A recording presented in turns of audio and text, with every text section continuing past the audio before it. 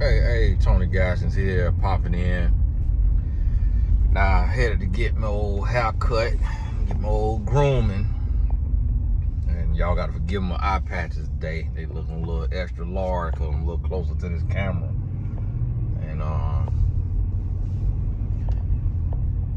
And wanted to pop on here. Now, keep in mind, remember we got on January 1st, we got a 1 hour of power.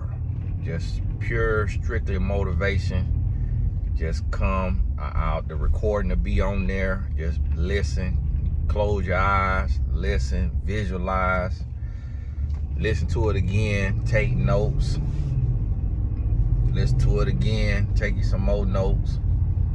So go to TonyGaskinsAcademy.com. You'll see it's only $10. Grab your seat. It's gonna be on Zoom. And so remember, and we still got space on there. So grab your seat, and gonna be on Zoom. It normally be $25 because it'll be 2 hours, hour the lesson and an hour Q&A. But this time I just made it just an hour because it's on the actual 1st of the month. I may do a different one later on in the month, but we'll see, because we got the live seminar on January 24th that for 100 people in person. Well, wanted to get on here, pop on here and talk to you about this, because one of these is a thing that I've noticed in my relationship coaching. One of the things that I realize a lot of women don't understand, and y'all let me know. I'm thinking about doing me a second channel, doing me a channel for just man-to-man advice. I know women still could watch it, just how men could watch over here. But I've been coaching more men, and they've been saying, hey man, we want to do more videos. And I think I've been thinking about it. May not be as many videos, but I've been thinking about it. So y'all let me know if y'all think I ought to do that man-to-man. Kind of create me a red pill, blue pill type of, the blue pill channel to combat with the red pill. Because I realize a lot of red pill guys that be talking never really was him like that. Like, they never really was out there with the women, you know, and really had them and really know what's going on. And I think these guys need to learn a more honest approach to dealing with women, in the sense of, like, if you want a woman, the type of confidence it really take, and what you need to be trying to get out of that situation in order to avoid that payback, in the sense of being genuine, being honest, instead of playing games and just trying to sleep with a woman and thinking that you finna get out of that unscathed and you're not gonna pay a price for that. I think they need to hear the truth about the matter, so they can stop operating from insecurity and start operating from real, pure, healthy masculinity. But one of the things I want to talk to you about, because a lot of times people don't really realize and understand the caveats and the nuances of relationships, and what you're going through in these relationships, and that how in every relationship there's certain periods you have to go through, and how you deal with those periods determine if the relationship lasts or not. And this more so for the women, but also the men can recognize this as well within ourselves. But I've noticed that there's a lot of women who, you know, get offended by the idea that men test women. And that idea is like, you know, it's childish. But the thing about it is, it's a very present reality. Like, it's very real. Men test women. And women test men as well, but for the sake of conversation and me being a man, I'm going to speak from that perspective of men testing women. Now, the unfortunate thing about human behavior is humans desire the path of least resistance. So, although a man is a man and he's an adult, he still desires the path of least resistance. So what that means is, if a man can get a woman that will allow him to be a grown boy, allow him to operate from his insecurity.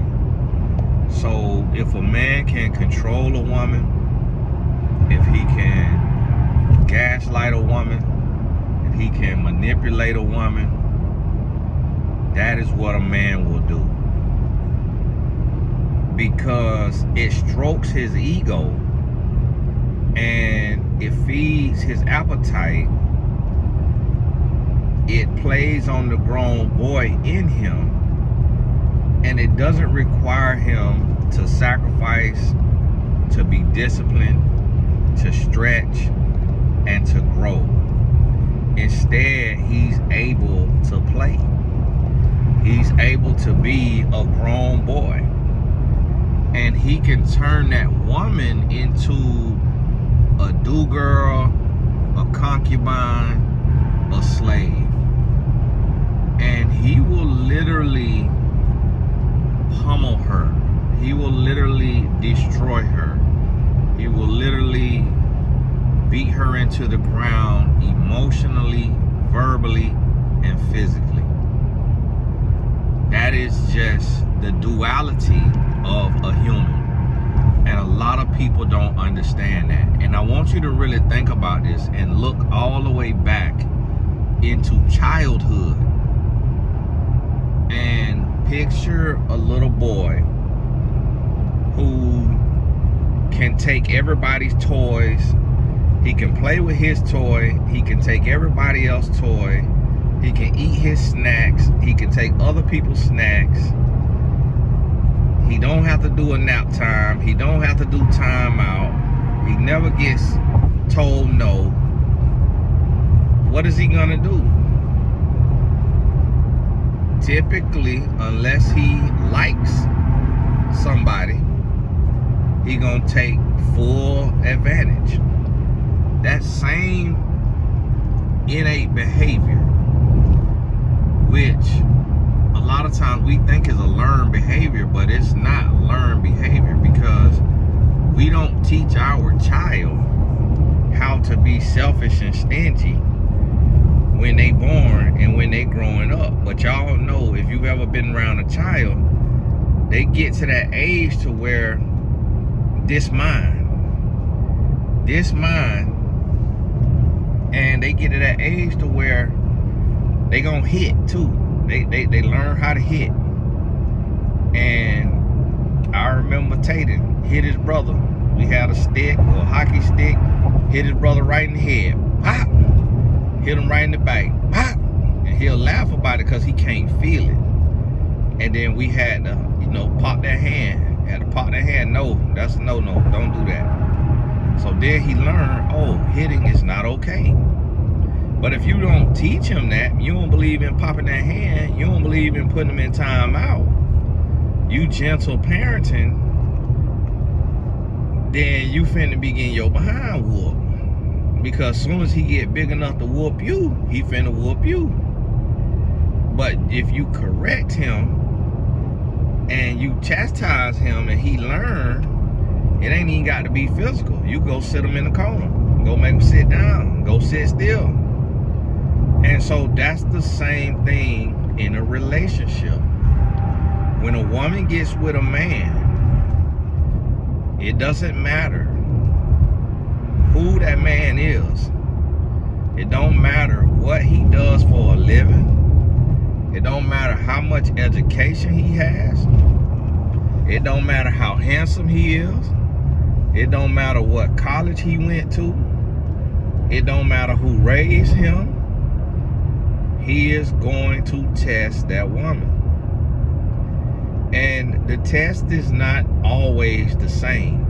It's different levels to it. So we just seen a video of a man who, I don't know, this man got to be, this man got to be slow. Something got to be wrong with him. This man just beat his own daughter. Right here. In my city. This man, if that ain't made me want to start my vigilante group, the man took and from the bike, choked out from the bike, slid her to the ground. She on the ground, grabbed her by her head, drug across the concrete, punched in the face 2 times. Looked like it was slapped, but basically a punch because he a grown man. Punched in the face 2 times. And just like that. I'm like, whoa, what in the world is going on? Did her like that. And you look at that right there and it's like, wow. It's crazy. That's how his own daughter. So somebody said, imagine what he used to do to the mama, to her mama. Like, how could you do that to your daughter? I mean, beat her like a man. And then went to dragging her, still was dragging her. And then was finna go beat her some more. We don't even know the extent of what else he did to her. Cause it sounded like he said, on the video, time to go get R-word. And I'm like, did he say that? Or did he say you gon' get, like somebody gonna do that to you cause you trying to be grown? Like, it was like he was going to an apartment, maybe she was in there with a boy or something like that, or had done something with a boy, and he was going to beat her for that. And I'm like, man. So yeah, she gonna be known as, the girl with the crazy daddy. But think about that now. So that's why I want women to understand, like, and I want men to be honest about that, and be honest about the different levels of craziness. Like, my son stopped at the gas station the other night and he said he almost got robbed. I don't know if it's true or not, but he said they looked like they was about to rob him. And so I asked him, let me know where that gas station at, if you remember where that was. Because I want to go by that gas station and just scope it out and just see who in there working, see if they're robbing people. And if it is, I was going to go in there and get me some straightening. Now at the same time, I could lose my life doing that. But that's how we think as men. We don't fully process things. And if somebody try to take my life, boom, my hand on the trigger, I'm gonna take their life. So now, boom, we in there all out shootout. I'm 41 years old. Had all the success in the world, and then finna go put my life on the line because my son felt threatened. And that's how, when you look and you see this gang violence and you see all that right there, that different type of stuff, and you like, man, why this happening? That's cause that's how men are. That's how we built. And so think about it, like, you got men going to the army.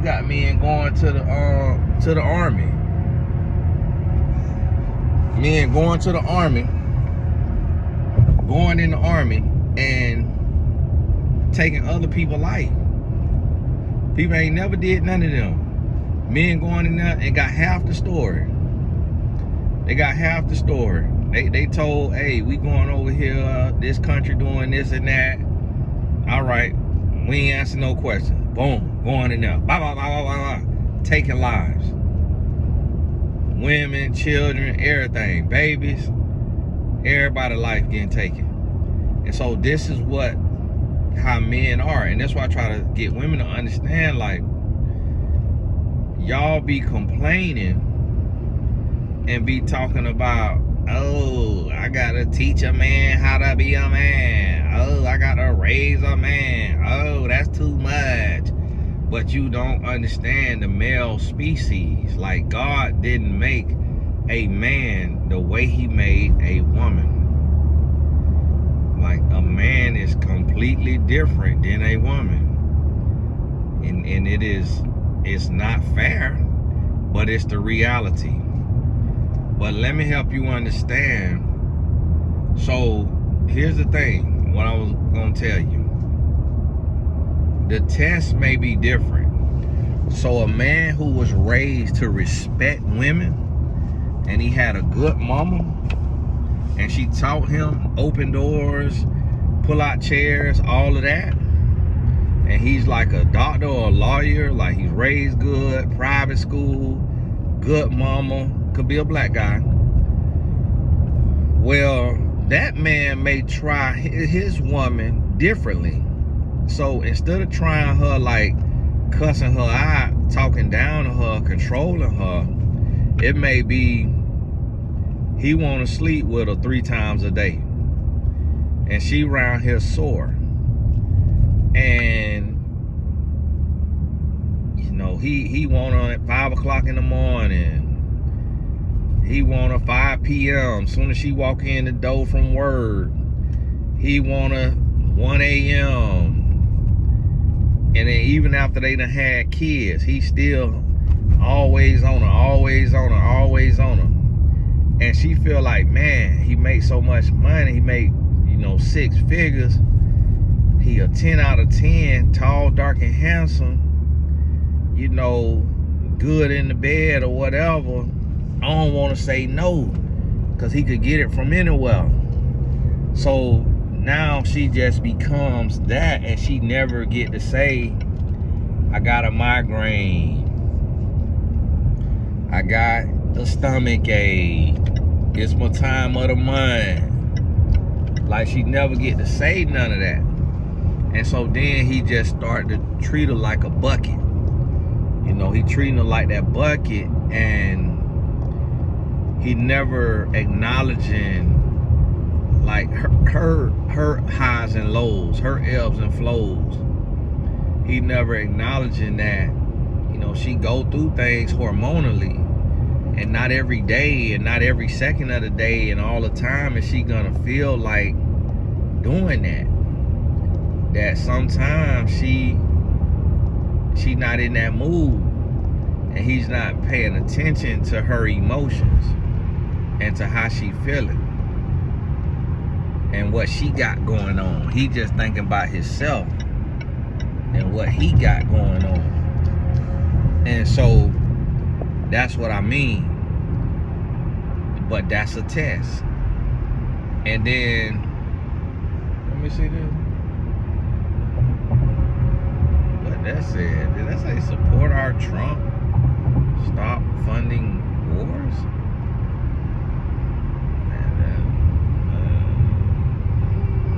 Like, that's who funding it. Like, how you, that don't go together. Supporting him and stop him. You gotta talk to him about that.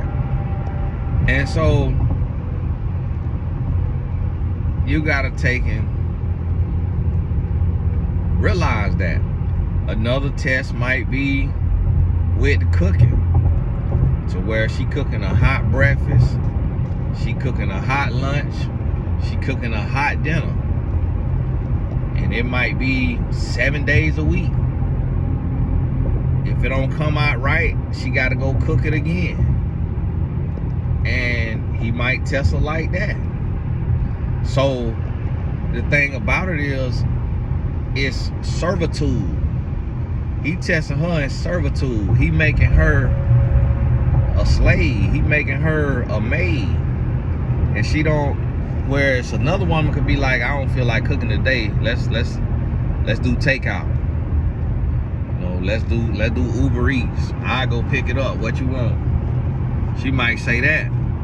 Well, this other woman, she might be so controlled and so her voice so suppressed to where even though they making 6 figures, she feel like she can't spend $40-50 on takeout. He got her living so frugal, she can't never have no benefits of being a woman and for making money. And so that's what I mean is, when any relationship you get into, it don't matter who that man is or where he come from. It's a certain way that he's gonna try you, that he's gonna test you, and he's gonna try to push you beyond human boundaries. And he's gonna try to get you into a zone of servitude. And it don't matter. And when I say any man, I don't mean absolutely every single man. And so you'll know if it's exception to the rule, because you'll realize you're not being tested in no kind of way. Like, he's not asking you to do anything that's uncomfortable or that, just so out the way. But you also have to realize as a woman that there is an exchange. So there is, and so you have to be very intuitive, and you got to pay attention, and you got to see, like, okay, is he making an exchange? Like, what is he doing? So if he's working and you don't have to work, then that's an exchange.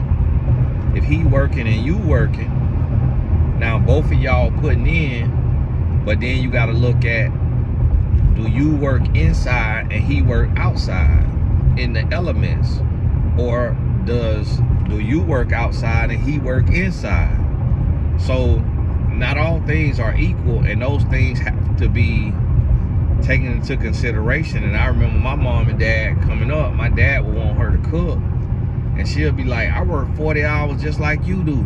You get in there and cook. And she just was defiant for whatever reason. She was just raised ghetto, and so she was defiant. And maybe he had did something that she was mad about. Maybe he had cheated or something, and she was mad about that, and she just didn't let it go. And that could have been the case. I don't know, but I just remember always hearing my mama say, I work 40 hours just like you. You get it, you go cook. And eventually, after 25 years, they had to go their separate ways. But I understood it. I'm like, nah, I wouldn't be able to do it. And my mama regretted it. She felt bad about it later, and she wished she would have handled things differently. But for whatever reason, I guess maybe she had got complacent. I don't know. But, and then my dad would be like, I work out in the hot sun all day. You sit at a desk in the air condition all day. That's not the same thing. And that was true.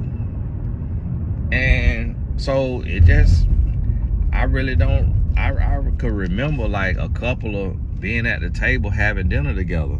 Like, and when my mama would cook, and all it would be was spaghetti. We'd eat spaghetti with the garlic bread and crab salad. We'd get the salad, a little bag of lettuce, get the crab meat, chop it up, put the crab meat in there, put the ranch dressing on top of there, spaghetti with crab salad and garlic bread. You ain't had the crab salad, you need to try it. Hey, don't knock it till you try it. Nah, hey, that crab meat might not be, I don't know if it's real or not. It tastes all right. But boy, that crab salad used to be good, boy. Woo. Yeah, and that's the only meal I really remember. And my mama used to make that maybe, I don't know, once a month, twice a month. I doubt once a week. But other than that, we just eating a bowl of cereal, or we go through the drive-thru, McDonald's, get the nuggets, or Burger King, get the Whopper, or Popeyes, get your 2-piece. And that's how we ate. We ate out. We ate out like every day. And so that's how I grew up, which was kind of a life of privilege. My mama and daddy worked, And so we was able to afford a little bit more than other people, because most people was single parent home in our neighborhood, in our area. Most black families was single parent. And then the ones who wasn't single parent, my mama worked at State Farm in the corporate office. Even though she was entry level, it was more money than somebody who, let's say, you know, was a janitor at the school. Like my cousin, 2-parent home, his mom was a janitor at the school, and then she worked at Walmart. So she had to work 2 jobs. And his dad, I don't even think his dad worked. His dad had retired, maybe was getting disability from the military or something. But his mama died early. His mama died early. My auntie, she died early because of, she basically, and so in a lot of people's eyes, seemed like she worked herself to death. Like working 2 jobs. And my uncle let her work them 2 jobs. And that's what I mean by that. Like, he didn't work and he spent all the money, but he let her work and she worked 2 jobs. And so that's what I mean by a man might try you, and you got to be able to speak up for yourself. And you don't have to fuss and fight. Like, you ain't got to fuss and fight. It ain't got to be all of that. Okay, they got little so-called luxury cars over there. It ain't got to be all of that. But it got to be one of those things to where you got to take and you got to say, no, I'm not feeling good today. You know, I ain't gonna be able to do that. But at the same time, you got to catch yourself and you got to make sure that you giving everything you can give, but then that you also asking for what you need. And this is how you see. So like, it's nothing I ask my wife that she say no. And there's nothing she asks me that I say no. And so that's how I know we in an even and a healthy relationship, to where if I need something, you know, if I wake up 5 o'clock in the morning, 6 o'clock in the morning, and I need me a little bit of loving, and she up on her Kindle reading her book, and hey baby, y'all, then all right, y'all, we coming together. And so, and if it's 1 o'clock in the morning, we up, just got done watching the game or whatever, and she say, I'm feeling kind of hungry. Then I say, you want me to make you a peanut butter and jelly? She say, actually, yeah, would you mind? Go in there, make that peanut butter and jelly. Got to cut the edges off. She don't like the crust. Got to cut all the edges off, all 4 corners. Make her a peanut butter and jelly. She have never made a peanut butter and jelly. And I'm the peanut butter and jelly maker. She say she don't know how to make peanut butter and jelly. She never made peanut butter and jelly at home. Not a Jamaican thing, she say. She never had peanut butter and jelly at her house. So I make the peanut butter and jelly. I grew up on them. And so I make the peanut butter and jelly. And that's what we do. And so if it come down to some ramen noodles, I let her make it, because I be making them too soggy. So you see what I'm saying? A relationship is give and take, what they call it. What I call it is give and receive. A relationship is give and receive. And so that's what you got to realize and understand, is you can't get taken advantage of. Don't allow yourself to be taken advantage of and to be used and mistreated. But you also don't want to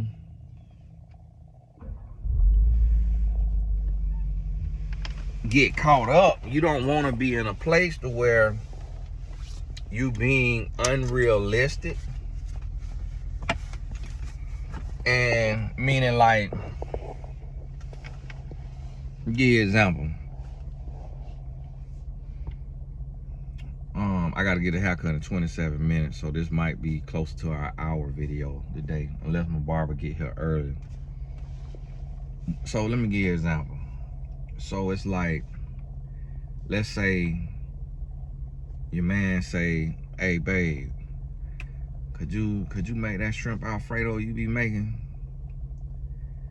And you like, "Babe, I got a migraine today. You know, I'm not up for it, but I could pick some up from Olive Garden."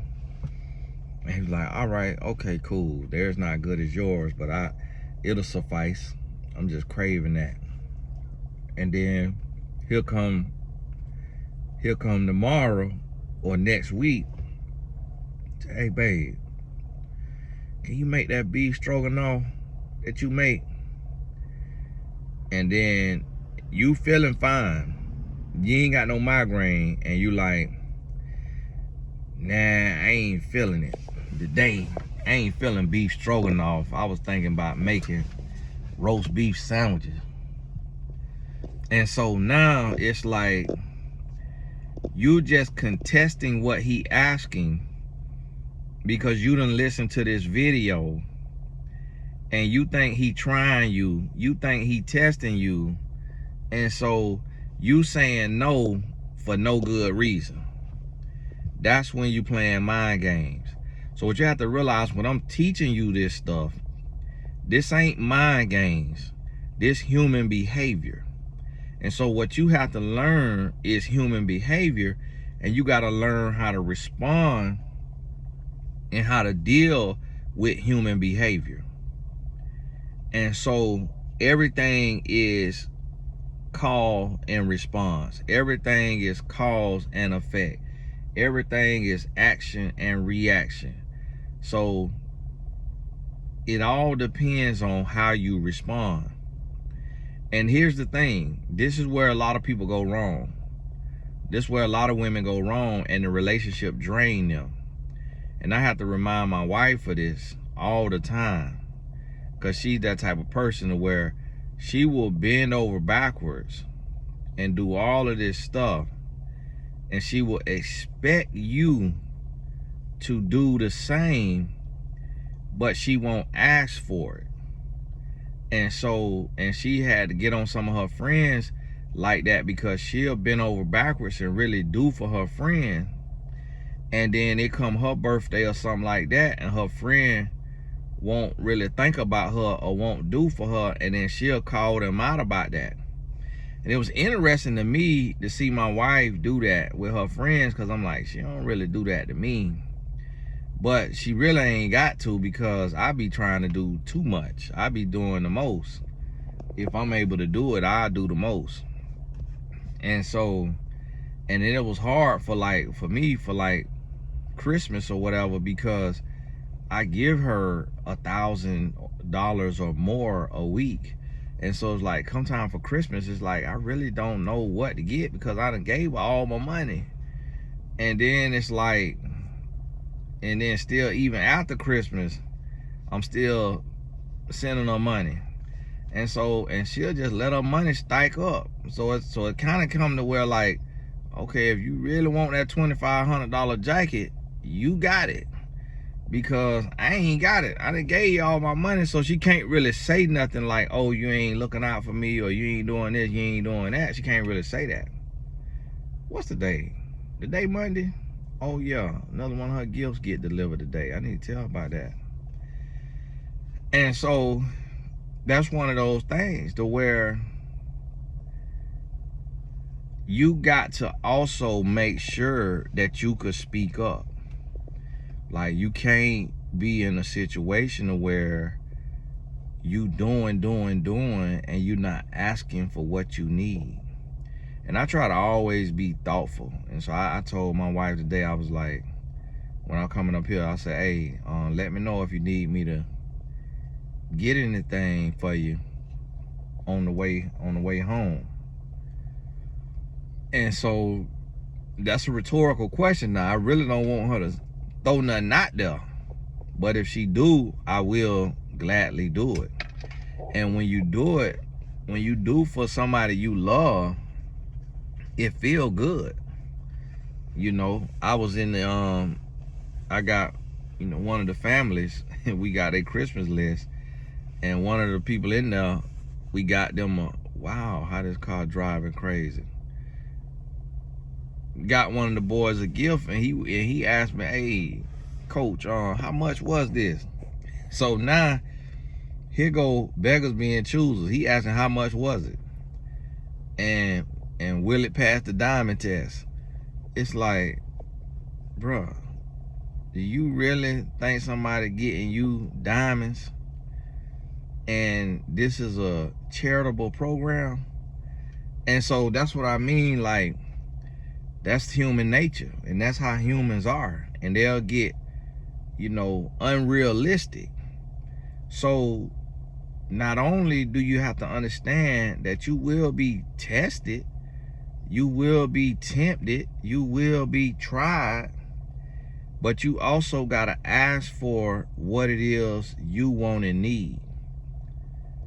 You got to ask for that and be okay with that. Look like my barber there. I'll be him here. I wonder if this camera he got up here work. Yeah, that's him. He see me. Let him have his time though, because he here 20 minutes early. And so you got to realize that and understand that it's gonna be times to where you have to speak up. You have to say something. You know, you gotta say, hey, I ain't feeling right now. Or you got to see, when you busting your butt and you cooking and you cleaning and you doing all this and that, you gotta be able to say, hey, could you do this right here for me? Could you do that right there for me? And see if they locked in with you, because, and this is the thing, you listen to this, you might be the selfish one. And you got to look at that and identify, are you the selfish one? Because I realize some people, like it's some women that was raised by a selfish, inconsiderate, domineering, controlling man. And they will adopt his personality and get in a relationship with a man and be talking to and treating that man the way they daddy would treat they mama or they stepmama. And so don't feel like that just because a man is gonna test a woman, that a woman is always innocent and that a woman could do no wrong.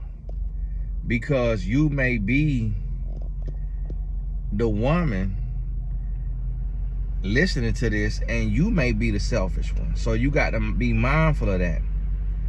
And here's the thing that I think about. This is what I think about. I always think about, and I say to myself, I say, what can I do today to show my wife I love her? What can I do? And so what that right there might be is, that might be like today, leave here. I think I got a coach at maybe 1. Yeah, I got a coach at 1. So haircut at 10, be done at 11, got 2 hours. So I probably call my wife, hey, you want Starbucks? And you want Starbucks, boom, go buy Starbucks. Get a little tomato and mozzarella sandwich and whatever Starbucks drink she drinking. And then boom, even though she make good iced coffee at home now, but pick that up for her. Then later, I might be thinking, we might be in the bed, and she reading a book, I reach over there, just playing her hair, just massage that old scalp. She got a little head. Just massage that old scalp. Or I massage that old shoulder. Go to squeeze that shoulder, massage that old neck. Something like that. Or we laying there, we getting ready to go to bed, and I realized something. I was like, and this is what I did. Like 3 nights in a row, I massaged her feet with magnesium spray. And then the next night, I ain't do it. And then it might have been the next night or the night after. It was either the night I ain't do it or the next night. She like lifted her feet up under the cover and like put her feet over to me. And then it was like, she went to complaining about her feet. And I'm thinking in my head, I'm like, hold on, look at this child that got spoiled. I'm like, hold on, now he up there trying to do something extracurricular, and here you is, now this been to be the standard? Now you want your feet massaged every night? But it made me smile. Like, it flattered me, because I was like, oh, this means something to her. Like, she's starting to look forward to this. You know, you know how your little puppy be when you rub it on the belly and you want to stop, and it knock your hand back down there, try to get back under your hand.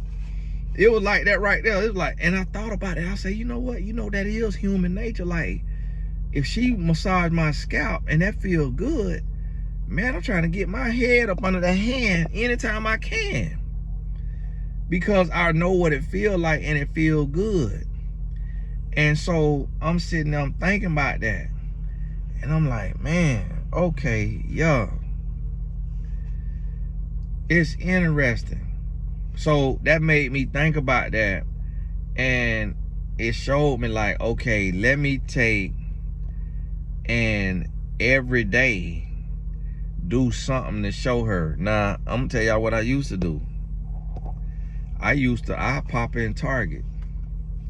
When I ain't have no money, I pop in Target and get a $12 dress. Like $12 little nightgown, or little dress, or little sweater, little hoodie. And she'll wear it. She'll wear it. Like, she not picky. Cause like, she'll wear something expensive and she'll wear something cheap. Like, in one outfit, she might have on something that costs a lot and have on something that costs a little bit. Like, she literally will mix Louis Vuitton with Target. And so I realized with my wife, it's the thought that count. And she love a gift. Like, she love a gift. Because what the gift says, it ain't about how much it costs. What the gift says, I was thinking about you. And so then I made this thing on every Monday, where I would order her a bouquet of roses, flowers, and I would do the designer's choice, so they make it the best they could make it based on what I spent. And I would do that to kick her week off the right way. And I have it delivered to my office, and I take it home, or I get it delivered to the house, or I have her stop by there and pick it up on her way home, because she passed right by it. And yeah, one could think like, oh, pick up my own flowers, but it's like, it's from a florist, she passing by it. It's honestly her personality, because she really don't like really being spoiled like that, because she'll try to do the most too. And so, and she get them, and she absolutely love them. And I did a $300 and some one for the Christmas week, and man, they made them beautiful too, look good. And I say that to say, in a relationship, that's how you want to think.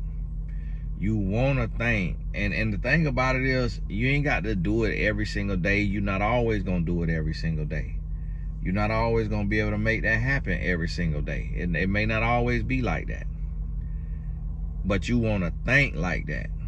You want to think about, and you want to be mindful of, and you want to be able to be thinking, what am I doing to show love?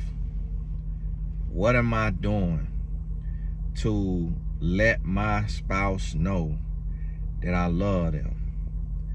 And here's the thing. You will hear me say that love doesn't keep score. And that is true. Love doesn't keep score. But at the same time, what you gotta realize is that, yes, love doesn't keep score, but you still want to make sure that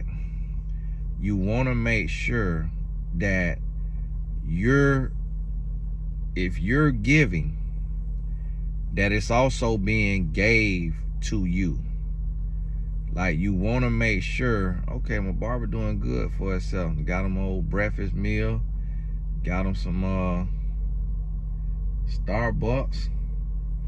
And so you want to make sure that you doing for you. That you taking and that it's being done, not just you doing all the giving, all the serving, all the this and that you also receiving, because that's important in a relationship.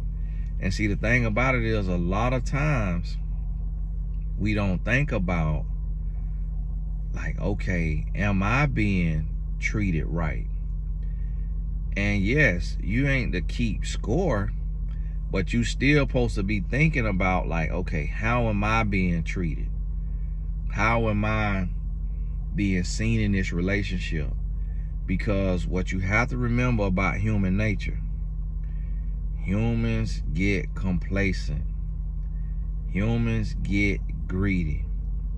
Humans get selfish. You have to remember that. And once you remember that right there, then you able to understand, like, okay, I'm giving, but I'm not receiving. So this what you have to do.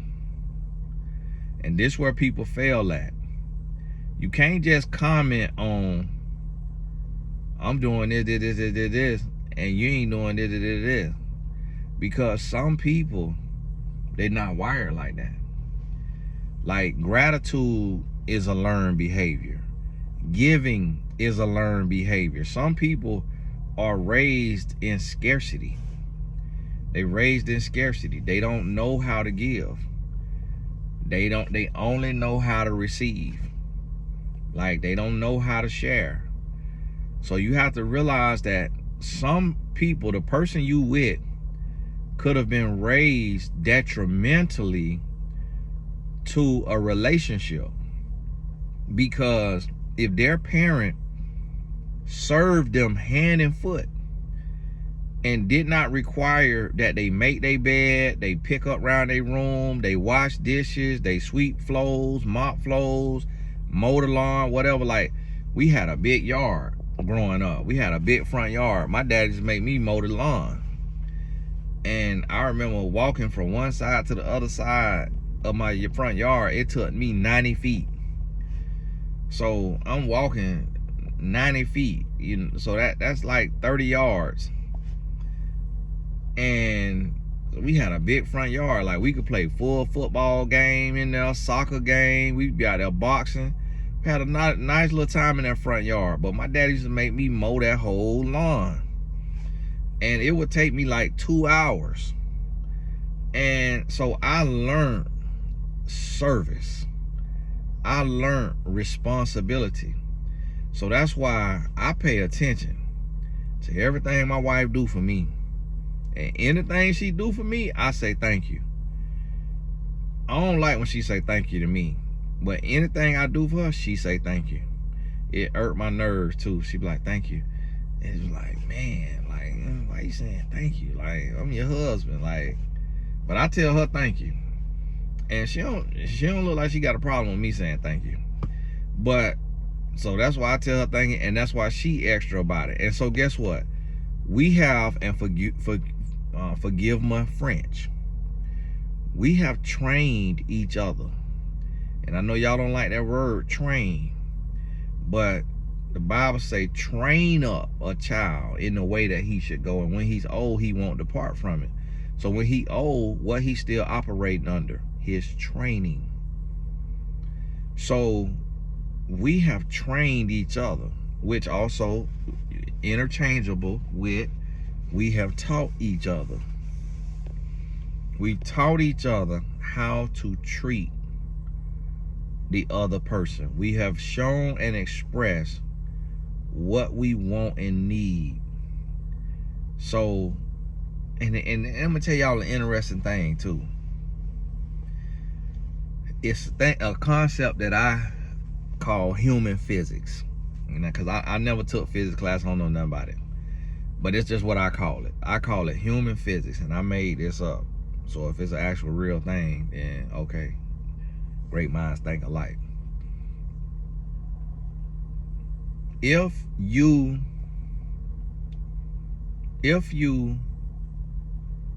chase, they will run. If you pull back, they will come. That's what I call human physics. So when you doing too much chasing, meaning giving, doing, serving, and you're not getting any service, that means you have to slow down what you're doing. You got to pause a little bit and you got to pull back some. And when you pull back some, now they will come to you. They will come to you because you've always been doing it. They didn't get a chance to do it. You the first one thinking about it. You the first one doing it, so they didn't get a chance to do it. When you stop and then you pull back, now they get to see, oh, our relationship is missing these hugs. And that's because they would always initiate the hugs, but now they're not initiating the hugs. Let me see what's going on, what's wrong. And then they'll come initiate the hug, and then you hug them back. And so you take turns. When you know you're an initiator, and you know you take the lead, you take the charge all the time, sometimes you got to pause, you got to stop, you got to pull back. And that's a never ending thing. So it's like me, I'm very touchy-feely. So if I'm always touching my wife, then I'm petting her, I'm rubbing her, so she will just receive. And if I'm always doing it all the time, that means I can't receive because I'm always doing it. So we can't reach across each other and be rubbing each other at the same time. That's awkward. So whoever is doing the rubbing, that's who doing the rubbing. So when I want to get touched, then I will pull back and make room for her to hug me, to touch me. Or sometimes what I have to do, just because her mind don't think like that, because she real, you know, she raggedy body, and like everything hurt in her body. And so, not literally, but it's like my hands and my arms are stronger than hers, so I could reach over and I could massage her neck, and I could do that the whole 30-45 minute ride. And she can't do that though. She literally, her fingers start to ache and start to hurt after like a minute. And I'm a man. So what I do is, we laying in the bed, we chilling in the bed all day, I lay my head on her lap, and then she just automatically puts her hand on my head and massage my scalp. Just automatically she'll do that. And that's because now I'm in her proximity. Her hand right here is resting on me. She don't have to reach over, have her arms suspended in the air, you know, doing something like that. That her body is not, you know, that strong in that way to do. So that's what you got to realize. So like, we at the movies last night with our oldest son. He wanted us to go see this movie, Marty Supreme. I like the movie. Got some little sexual scenes in there. And so I have my hand on my white thigh. And then we took a picture of all our shoes. My son made us take the picture again because my hand was on my wife's thigh. He was like, Dad, I don't want to hear it from my friends and them making all the comments and all of that. And so I'm just like, man, like that's crazy. Like that little old bit of affection.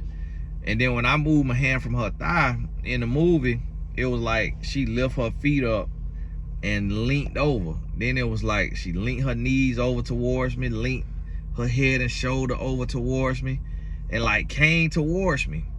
And I looked next to me, and it was a guy and his lady, very, you know, nice shape and all of that. He just sitting in his chair straight, like his arms straight, both his arms straight, I would sit that whole movie with my hand on my wife's thigh and like be kind of massaging her thigh a little bit. And I had to realize, I noticed, I'm like, I'm the only guy in the movie that really be like rubbing on my wife. And so what that showed me is like, I'm more touchy-feely than the average man. And I'm like, maybe sometimes I need to give my wife a break from always touching on her.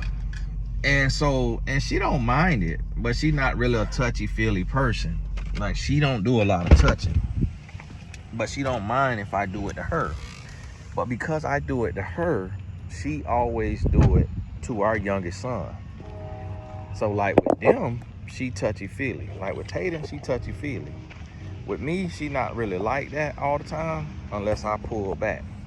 So that's what I want you to realize and learn and understand in a relationship. Is it's gonna be tests. It's gonna be those periods where you got to learn and you got to give and you got to receive. And don't be afraid to speak up when you need your love. Bro, hey, Tony Gasman. God bless you. All the important links in the description. We'll talk soon.